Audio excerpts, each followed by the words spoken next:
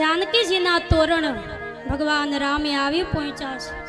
मां सुनैनाए रामनी दिव्य आरती उतारी लग्न मंडप में प्रवेश मेळ्यो छे। प्रभुने मर्यादाथी पोतानुं आसन लीधुं छे। भगवान रामे ज्यारे शतानंदजी महाराज विश्वामित्र मुनिए आज्ञा आपी छे त्यारे सखीओ जई अने सीताजीने लग्न मंडप में लई आवे छे। जानकीजीए लग्न मंडप में आवी अने मर्यादाथी पोतानुं आसन लीधुं छे।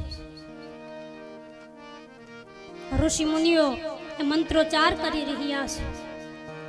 जनक महाराज अने सुनैनाजी आज कन्यादाननो दिव्य प्रसंग उजवी रह्या छे।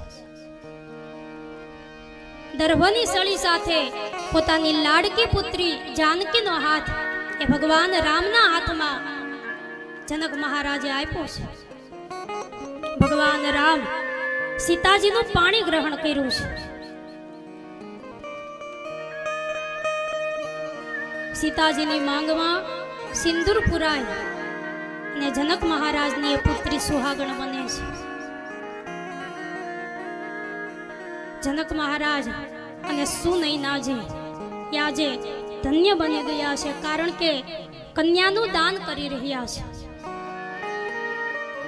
आ जगत में भाग्यशाળી छे माता पिता के जेना भाग्य में कन्यादान करवानो अवसर आवे छे। कारण के कन्यानुं जे दान छे ने सर्वश्रेष्ठ दान छे। बीजा बधाय दान ए तो जड़ दान कहेवाय, जड़ वस्तुना दान छे, पण कन्या ए तो चेतन होय। सर्वश्रेष्ठ दान ए कन्यानुं दान छे। अने कन्यादान जे माँ बाप करता होय हृदय में एक बाजू आनंद होय तो बीजी बाजू दीकरी ने आज पारका हाथ में सौंपवानुं थोड़ुंक दुख पण होय छे। कारण के नानपणथी एने मोटी करी होय, 18 वर्षनी करे, 20 वर्षनी करे अने पछी ए दीकरीने ज्यारे पारका हाथ में सौंपवानो समय आवे ने त्यारे क्या माँ बाप होय जगत में के जे स्वस्थ रही सके।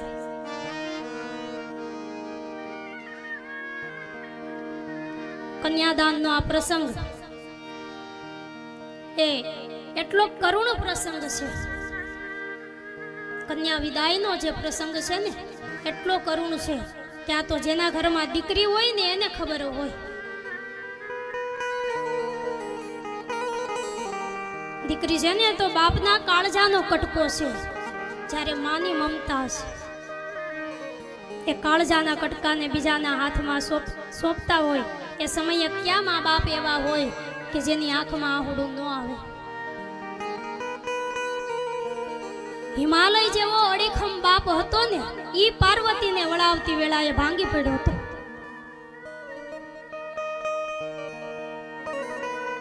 आ जगत में कन्या ने विदाय आपी ने बहु अघरी छे। अड़ीखम बाप होय के गमे एवी परिस्थिति आवे, गमे एवुं दुख आवे ने घर में कोई दिवस एना आंख में आहुडुं न आवे। पण पोतानी दीकरीने ज्यारे कन्यादान आपवा बेहे ने ए ज समयथी ई बापने आंखमां आहुडानी धार थाती होय छे। बाप ए घरनो मोभियो होय छे, आखा घरनुं ध्यान राखतो होय, परिवारनुं ध्यान राखतो होय, पण ए बापनुं ध्यान ई तो एने दीकरी ज राखती होय छे। એટલે દીકરીને કન્યાદાન આપતી વેળાએ બાપના હૃદયમાં એક જ વલોપાત થાય કે આવતીકાલથી હવે મારું ધ્યાન કોણ રાખશે। અને આ વલોપાત એ બાપના હૃદયને રડાવતો હોય છે।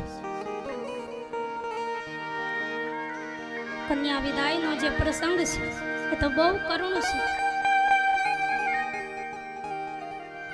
એ નાની એવી દીકરી હોય, આમ 4-5 વર્ષની હોય ને, આખા આંગણામાં એ ફળિયામાં એવી રમતી હોય, કૂદાકૂદ કરતી હોય, કોઈ જગ્યાએ એનો પગ આમ ધરતી ઉપર ચોટતો ન હોય, ક્યાંય બેહે નહીં, ઢીંગલીની જેમ રેમા કરે। પણ એ જ દીકરી જ્યારે ઘરમાંથી વિદાય લેવાનો સમય થાય ને, જેનો પગ આમ ધરતીની આરે ચોટતો ન હોય, એ દીકરીને વિદાય વેળાએ એ ઘરનો ઉંબર છે ને ડુંગર જેવડો થઈ જાય છે, એ ઓળંગી નથી શકતી। हे छबतो नहीं धरा पर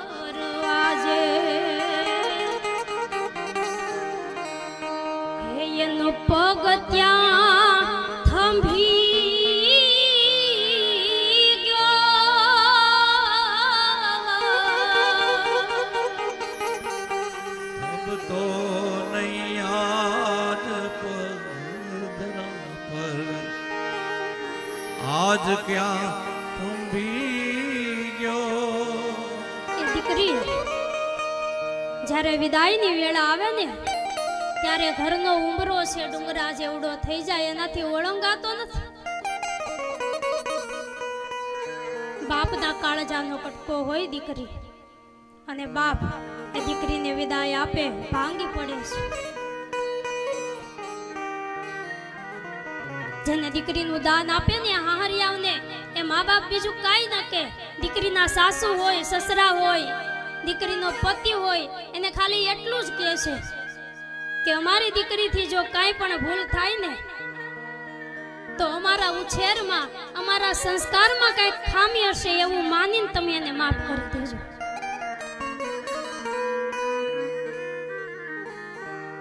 કોઈ આપે સોના દાન, કોઈ આપે રૂપા દાન, હે અમે દઈ દીધા દીકરીના દાન, જતન કરી હાચવજો.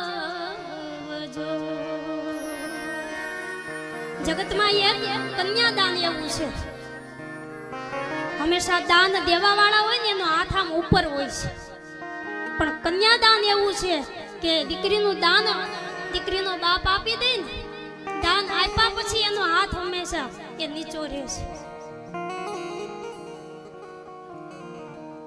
દીકરીના હાહરિયા વાળા હોય ઈ વેવાઈની સામે દાન આપ્યા પછી હાથ જોડીને ઊભો રહી જાય છે દીકરીનો પિતા,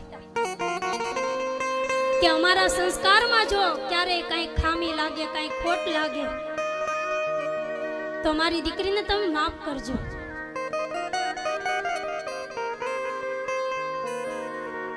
આમ દીકરી વિદાયનો પ્રસંગ, કન્યાદાનનો પ્રસંગ કે આજે જનક મહારાજ અને સુનૈનાજી એ ઉજવી રહ્યા છે. આપણે ત્યાં સનાતન ધર્મની અંદર જ્યારે વિવાહનો વિધિ હાલતો હોય, કન્યાદાન અપાઈ જાય અને પછી એ લગ્ન મંડપમાં વર અને વધુ હોય ને મંગલ ફેરા ભરે છે. 4 મંગલ ફેરા ધર્મ, અર્થ, કામ અને મોક્ષના સંકલ્પ રૂપે ફરવામાં આવે છે. અને ત્યારે આજે શ્રી સીતારામના આ વિવાહ અને સીતારામ એ લગ્ન મંડપમાં મંગલ ફેરા ફરી રહ્યા હોય. જો કે આપણે ત્યાં એવો રિવાજ છે, એવી રીત છે, એવો નિયમ છે કે વર કન્યા જ્યારે ફેરા ફરે ને ત્યારે એક એક ફેરાએ દીકરીને દાન આપવામાં આવે છે. એટલે આજે અહીંયા ભગવતી જાનકીજી અને ભગવાન રામ એ જ્યારે મંગલ ફેરા ફરી રહ્યા છે, એમના વિવાહ છે. અને આપણે ત્યાં એવો રિવાજ છે કે આપણે કોઈ પણ હગાન ત્યાં લગ્નમાં જઈએ ને એટલે વ્યવહાર કરીએ છીએ, ચાંદલો લખાવીએ ને. જો ભગવાને આપણને કંઈ દીધું હોય, દીદા જેવા બનાવ્યા હોય ને તો ફૂલ નહીં તો ફૂલની પાંખડી, એવું જરૂરી નથી કે લાખ રૂપિયાનું જ દાન કરવું. અને આ તો વ્યવહાર છે. ભગવાનના લગ્નમાં જેટલો ચાંદલો કર્યો હશે એટલો એનો 2 ગણો નહીં પણ 4 ગણો કરીને આપણીને પ્રસંગ હશે તેથી ભગવાન આપી દે. અને ધર્મના કામમાં ધન આપવાથી કોઈ દિવસ ખૂટતું નથી, એટલે મનને હંમેશા મોટું રાખવું.